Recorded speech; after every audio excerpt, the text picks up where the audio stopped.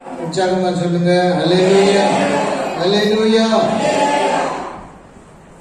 ஆண்டவரும் இரட்சகருமாகிய இயேசு கிறிஸ்துவின் நாமத்தினாலே உங்கள் யாவரையும் வாழ்த்துகிறேன். இன்றைக்கு ஆண்டவருடைய வார்த்தைகளை நாம் கேட்க போகிறோம். கர்த்தர் என்ன தருகிறார் என்ற தலைப்பிலே நாம் செய்தியை தியானிக்க போகிறோம். அதற்கு முன்பாக ஒரு வசனத்தை படிக்கலாம். சங்கீதம் 138:2. சங்கீதம் 138:2 படிங்க சத்தமா ஒருவர்.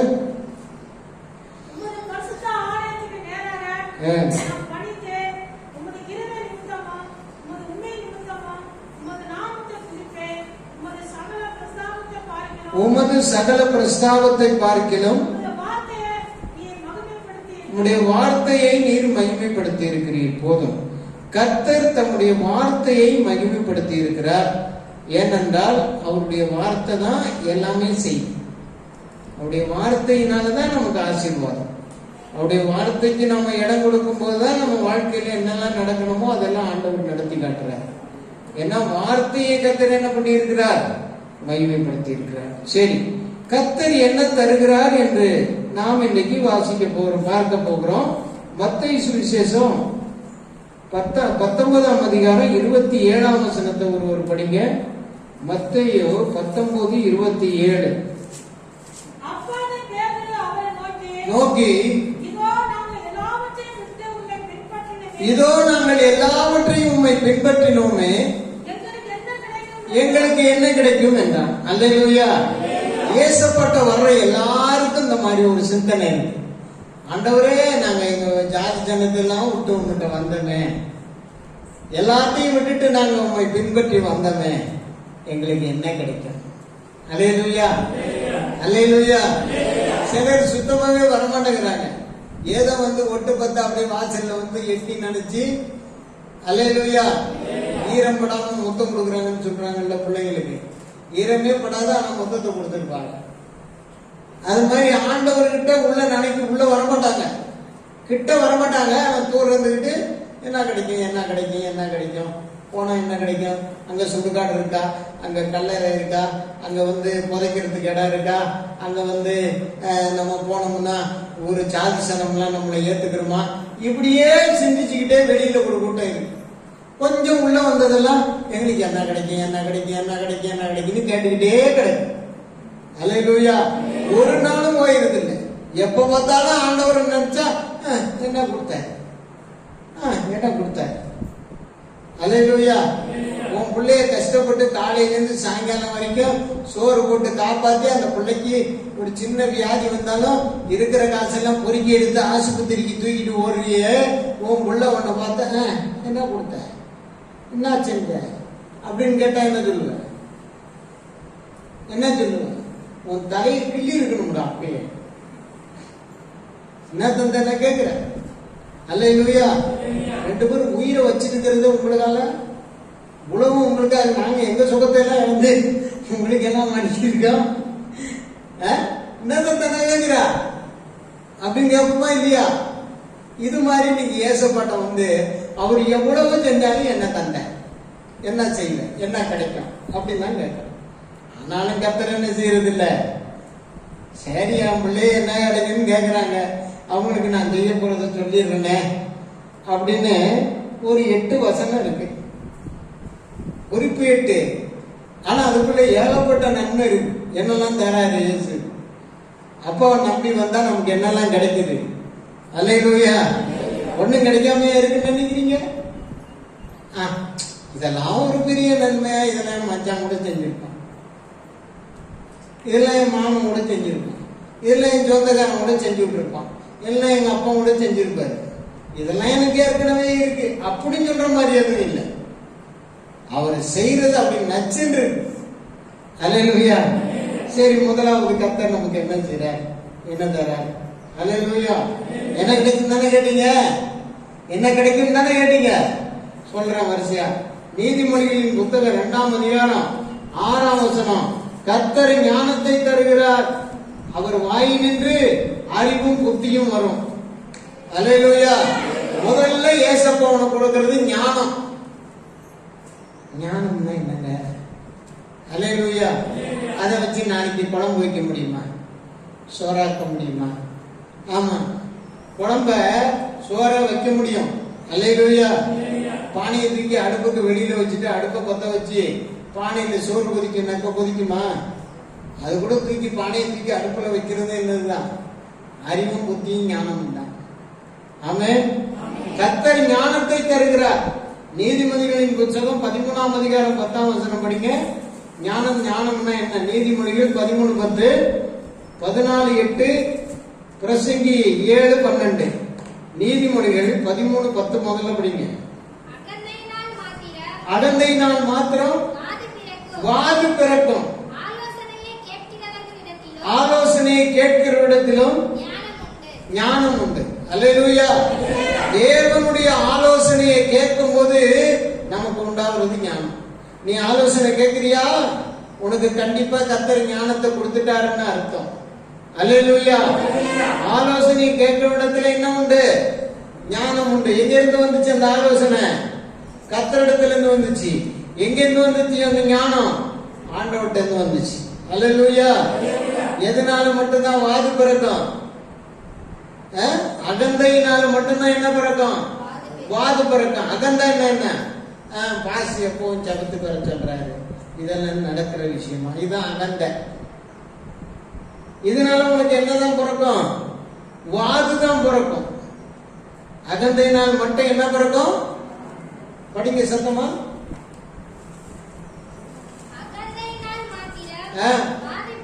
என்ன பிறக்கும்? வாது பிறக்கும். வாதுன்னா என்னது? அகந்தையினால வாதுன்னா என்னது? சுத்தமா வர வேண்டிய மொத்த கேடு வரும். அகந்தை இருந்துச்சுன்னா இவர் ஜபத்துக்கு டெய்லி கூப்பிட ஆரம்பிச்சுட்டாரு. டெய்லி ஆலோசனை கேட்க சொல்றாரு, பைபிள் ஸ்டடிக்கு வர சொல்றாரு, ஜபத்துக்கு வர சொல்றாரு. இதுக்கெல்லாம் நம்மளால போக முடியுமா? இந்த அகந்தையினால வாது பிறக்குது. வாது ஒண்ணு அடிச்சு ஒண்ணும் இல்லாம ஆக்குது. ஆனால் ஆலோசனையினால ஞானம் உண்டு. ஆலோசனை கேட்கிற இடத்துல ஞானம் உண்டு. 14:8 நீதிமொழிகள் 14:8. தன் வழியை சிந்தித்துக் கொள்வது விவேகிக்கு ஞானம். போதும். தன் வழியை சிந்திக்கிறான் பாத்தீங்களா? ஐயோ நாளைக்கு நம்ம எப்படி இருப்போமோ, அது யாரால நம்ம நல்லா இருக்க முடியும், நம்ம வாழ்க்கை இப்படி இருக்க, இதை நான் யாரு சரி பண்ண முடியும், நம்முடைய வாழ்க்கையில விடுவிக்க முடியாத பாவம் இருக்க, விட்டுவிட முடியாத பாவம் இருக்குது, இந்த பாவத்துல இருந்து யார் நம்மளை விடுவிப்பா, நம்ம ஒரு நல்ல மார்க்கத்துல போகணும்னு ஆசைப்படுறோம், நல்ல வழியில வாழணும்னு ஆசைப்படுறோம், நம்முடைய வாழ்க்கையில இப்படி கேடானவைகள் எல்லாம் சம்பவிக்குது, ஏன் இந்த மாதிரி ஒரு சூழ்நிலை உண்டாகுது அப்படின்னு சிந்திக்கிறான் பாருங்க. தன் வழிய ஐயோ நாளைக்கு நம்ம எப்படி இருப்போம் அப்படின்னு சிந்திக்கிறான் பாருங்க. அந்த சிந்தனை உள்ளவனிடத்துல தேவன் ஞானத்தை கொடுக்கிறார். அந்த சிந்தனை உள்ளவனிடத்துல உருவாவதுதான் ஞானம். அது தேவனால் கொடுக்கப்படுவது. அல்லேலூயா. கர்த்தர் ஞானத்தை தருகிறார். யாருக்கு தருகிறார்? தன் வழியை சிந்திக்கிறானே அவனுக்கு கொடுக்கிறார். உன் வழியை நீ சிந்தித்தால், நம்ம வழி நாளைக்கு எப்படி இருக்கும்னு நீ சிந்தித்துக் கொண்டால், கர்த்தர் உன் வழியில உனக்கு ஞானத்தை கொடுத்து உன்னை நடத்துவார். எத்தனை பேர் ஆமென் சொல்றீங்க? அல்லேலூயா. அப்ப கர்த்தர் நமக்கு என்ன தர்றாரு? ஞானத்தை தருகிறார். பிரசங்கி 7:12. பிரசங்கி 7:12. பிரசங்கிகளின் புத்தகம் 7ஆம் அதிகாரம் 12ஆம் வசனம். ஞானம் கேடகம், திரவியமும் கேடகம். ஞானம் தன்னை உடையவர்களுக்கு ஜீவனை தரும். அல்லேலூயா. முதல்ல ஞானம் என்னது? கேடகம். கேடகம்னா என்ன அர்த்தம்? நமக்கு வரக்கூடிய ஆபத்தை தடுத்து பிடிச்சு நிறுத்தும், நமக்கு வரக்கூடிய இக்கட்டை தடுத்து பிடிச்சு நிறுத்தும், நமக்கு வரக்கூடிய வேதனையை அது தடுத்து பிடிச்சு நிறுத்தும். அல்லேலூயா. ஞானமானது திரவியத்தை கொண்டு வரும், அதுவும் கேடகம். முதல்ல ஞானம் கேடகம், இரண்டாவது திரவியம் கேடகம். அது தன்னை உடையவர்களுக்கு ஜீவனை தரும். அல்லேலூயா. எந்த ஜீவன்? நித்திய ஜீவன். சாவுக்கு எதுவான நிலைமை வந்தாலும் உங்களை உயிர்ப்பிக்காது. என்னது? ஞானம். ஞானம் கேடகம். உன்னை காப்பாத்துது பத்தியா? நீ இதுவரைக்கும் சாகாம, இதுவரைக்கும் எத்தனையோ பிரச்சனை ஆபத்துகள் வந்த போதிலும் உனக்கு எதுவும் அணுகாம உன்னை காப்பாத்திட்டு வந்து பத்தியா? அதான் ஞானம். அந்த ஞானத்தை கொடுக்கறது யாரு? பின்ன இயேசுகிட்ட போய் எனக்கு என்ன கிடைக்கின்ற, எனக்கு என்ன கிடைக்கும், எனக்கு என்ன கிடைச்சிச்சு, எனக்கு என்ன கிடைச்சிச்சுன்னு கேட்கிற? இது பத்தாதா? அல்லேலூயா. இன்னும் இருக்கு ஏகப்பட்டது. கர்த்தர் கொடுத்துக்கிட்டே இருக்கிறாரு, கொடுக்க போறாரு. ஆனா அவரை நெருங்கி இருந்தா ஒரு ஆமீன் வருதா, கிளம்பிட்டே தான் வருதப்பா. எனக்கு நம்ம தேவராம மட்டும் போதும் ஆமீன் சொல்லி நம்மளை உற்சாகப்படுத்த. அல்லேலூயா. சரி, இரண்டாவது கர்த்தர் என்ன கொடுக்கிறார்? என்ன கிடைக்கும் அவர்கிட்ட? சங்கீதம் 147:16. சங்கீதம் 147:16.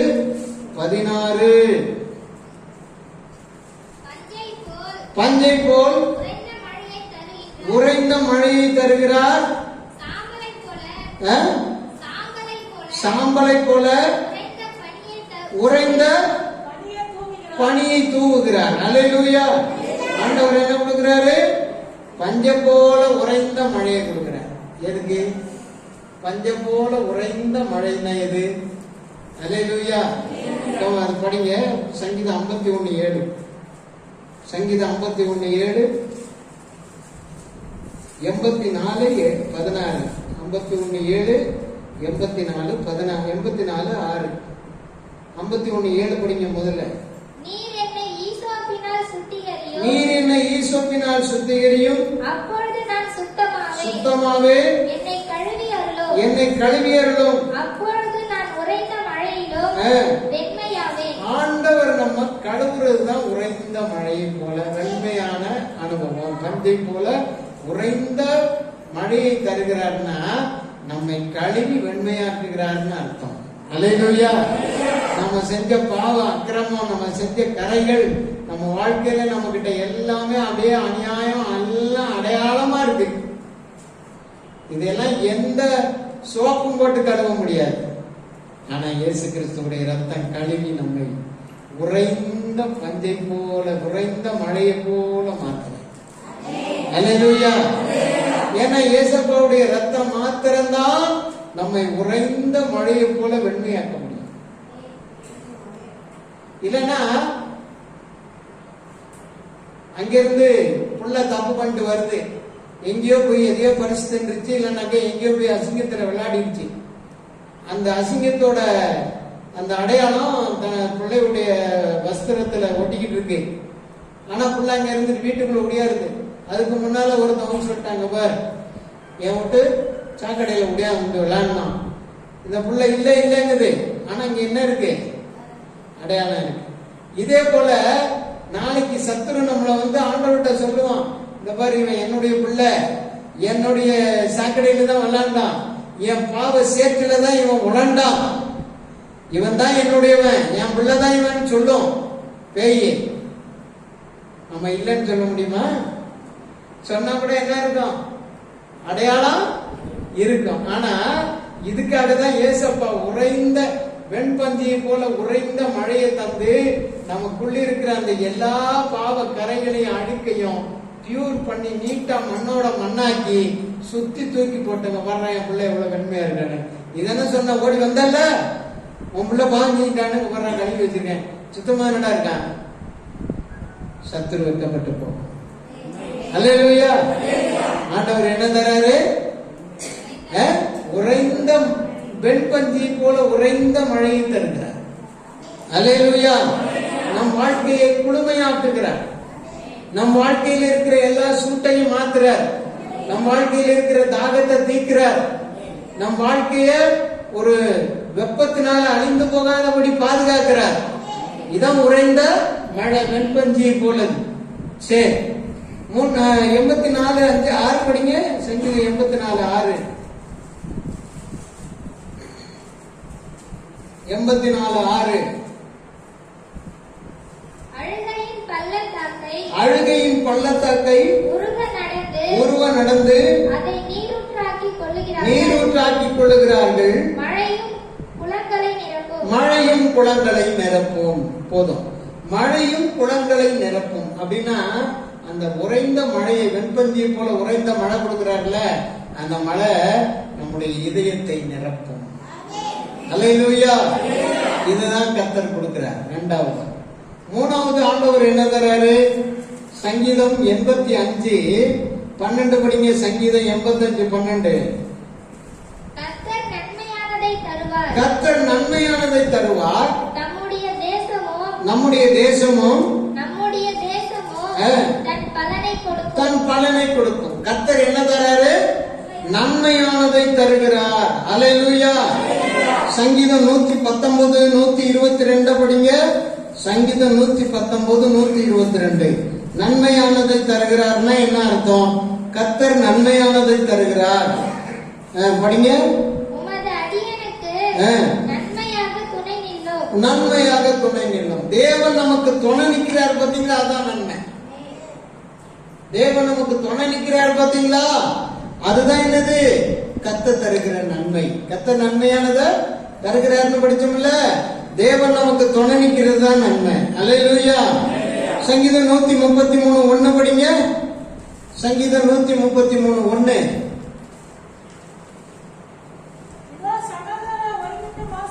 சகோதரர் ஒருமித்து வாசம் பண்ணுகிறது எத்தனை நன்மையும் இன்பமானது. அதுக்குதான் ஆண்டவர் சொல்றாரு, நீ ஒருமித்து வாசம் பண்ணுவதற்கு சபையை வச்சிருக்க, அனுதினமும் கூடி வா, சகோதரர்களாக ஒருமித்து வாசம் பண்ணேன், அங்க நன்மையும் கிருபையும் கட்டளையிடுவேன்.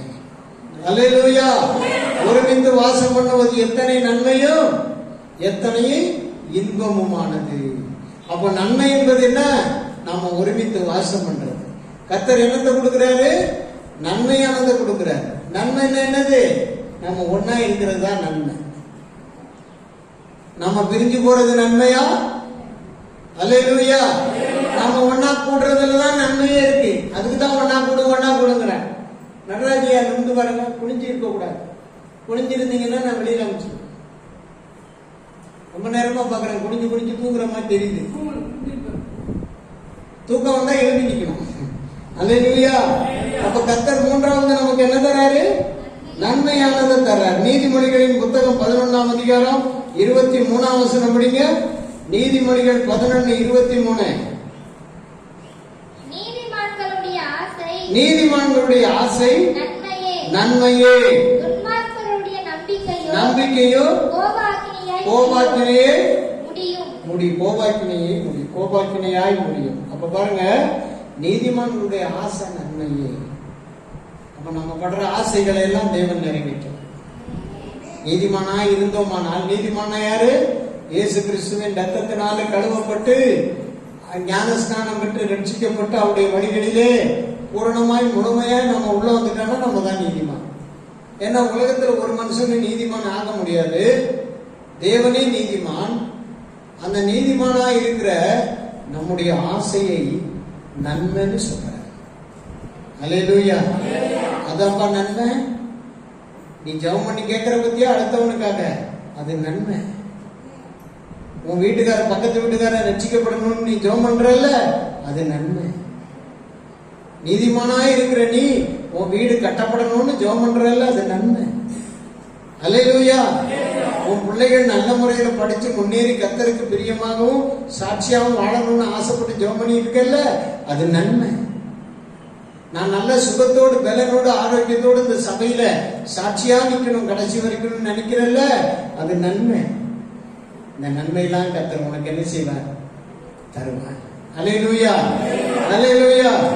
கடைசியா சங்கீதம் நீதிமொழிகள் 18:22. நீதிமொழிகள் 18:22 படிக்க ஒருத்தர். மனைவியை கண்டடைகிறவன் நன்மையானதை கண்டடைகிறான். உலகத்துல ஒரு மனிதன் தனிமையா இருப்பது நல்லது அல்ல. மனைவியை கண்டடைகிறவன் நல்ல நன்மையானதை கண்டடைகிறான். அல்லேலூயா. தயையும் பெறுவான். அப்ப உலகத்துல மனுஷன் தனிமையா இருக்கிறது நல்லதா? இல்ல. கல்யாணம் பண்றது நல்லது. ஏற்ற துணையை தேவன் தருவது நல்லது. அல்லேலூயா, அல்லேலூயா. அதுல மனைவியை கண்டடைகிறான் பாருங்க. 1000 பொண்ணுங்க இருக்காங்க உலகத்துல. ஆனா ஏற்ற துணை என்ற மனைவியை கத்தர் கொடுக்கிறார்ல, அது மாதிரி உலகத்துல பெரிய நன்மை எதுவுமே இல்லை. அல்லேலூயா. இன்னைக்கு மனைவின்னா, மனைவி ஒரு வீடு இருக்குன்னா அந்த வீட்டுக்கு தலைவி, அதான் மனைவி. கத்தருக்கு சோதரம். இன்னைக்கு எப்படி வச்சிருக்காங்க வீட்டுல மனைவிய? அல்லேலூயா. இப்படி போகிறா சனியனை நான் கட்டணம்பா, நான் கட்டினது 2 புத்தகத்தில் கட்டியிருந்தா துணி துவைச்சிருக்கேன், எடுத்து போட்டு துணியை துவைச்சிருக்கேன். ஆனா நேற்று வரைக்கும் இந்த துணியை துவைச்சது யாரு? இந்த புத்துக்கள் தான். அல்லேலூயா. அப்ப மனைவியை கண்டடைவது என்னது? நல்ல ஈவு, அதான் நன்மை. ஆமென். இந்த மாதிரி நன்மை எல்லாம் கத்தர் கொடுக்கிறாரு. என்ன கிடைக்கும்? என்ன கிடைக்கும்னா, இயேசுநாதர் இதெல்லாம் கொடுக்கலன்னு நினைச்சுக்கிட்டு இருக்கீங்களா? கத்தருக்கு சோத்திரம். அல்லேலூயா.